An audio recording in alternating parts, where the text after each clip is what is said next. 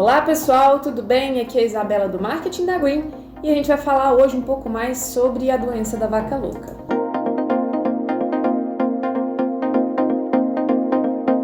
Então, por que vaca louca? O nome surgiu entre os primeiros surtos da doença no Reino Unido entre a década de 80 e 90. O animal acometido da doença, ele apresentava comportamento assustador aos seres humanos. Isso porque a enfermidade, ela promove a degeneração do sistema nervoso do animal, então ele passa a se comportar em formas de surtos descontrolados. Tá, mas o que isso quer dizer? Vamos dar uma pausa aí, a gente precisa voltar lá. Primeiro vamos falar sobre como a doença é iniciada. O nome oficial, então, da doença da vaca louca é encefalopatia espongiforme bovina. Bom, a doença ela é gerada a partir de prions, que são moléculas de proteína que não carregam o código genético em si. Então, elas se apresentam de forma completamente diferente de uma proteína normal, mas ela tem a capacidade de se replicar muito rapidamente. Então, são agentes infecciosos responsáveis por diversas doenças degenerativas do sistema nervoso. A atuação dela no sistema é de matar os neurônios, então deixar os buracos brancos e vazios no cérebro do animal. Então a estética é de um cérebro que se torna meio esponjoso, por isso a origem do nome espongiforme.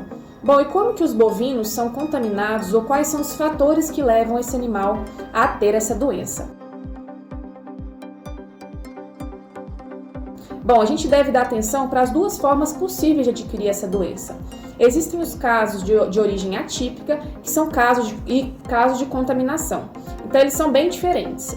Vale lembrar que os prions, eles habitam naturalmente o cérebro de vários mamíferos. Então, se eles não têm um fator que desencadeie a anomalia e a reprodução acelerada, eles não se tornam patogênicos e não vão desenvolver no organismo as doenças pontuais. Bom, o fator que desencadeia a doença é a idade do animal. Então, quanto mais velho, a probabilidade é maior da mutação dessa proteína, transformando ela em infecciosa e dando início à doença da vaca louca, por exemplo. Os 5 casos de doença da vaca louca no Brasil, eles vieram de forma atípica. Então, os animais mais velhos desenvolveram as enfermidades de maneira natural, atingindo apenas o animal, sem contaminar os demais, tá? Já os casos de origem por contaminação são diferentes. Eles se dão pelo consumo de rações com base de proteína animal contaminada. Mas o que isso quer dizer, a parte da contaminação?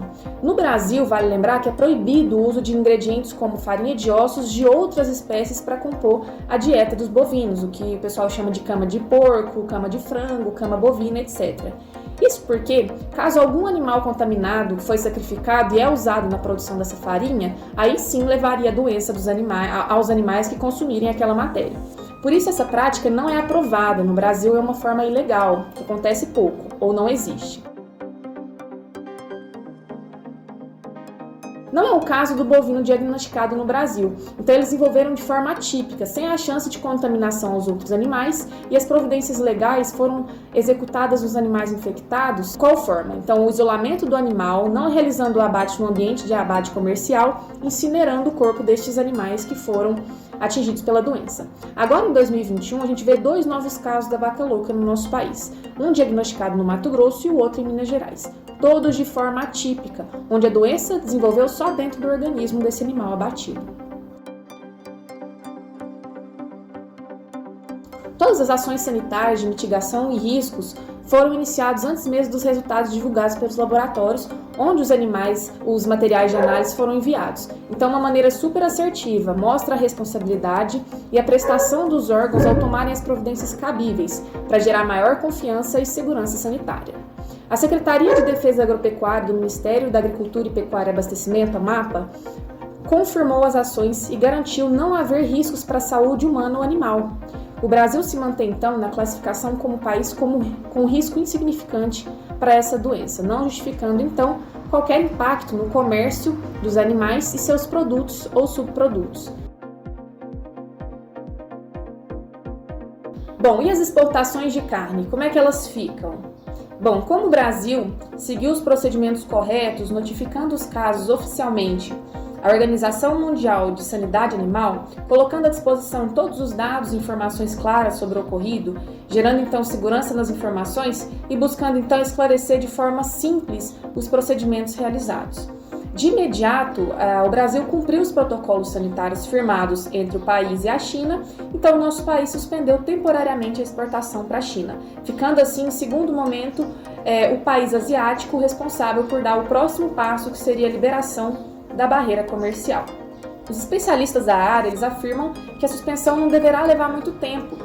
O preço da carne aos poucos vai voltando à sua normalidade e os frigoríficos retornam o ritmo de abate. Vale dar muita ênfase no trabalho desenvolvido no Brasil e os produtores que vêm fazendo a produção da carne de qualidade seguindo os mais altos padrões de qualidade de carne e também de sanidade.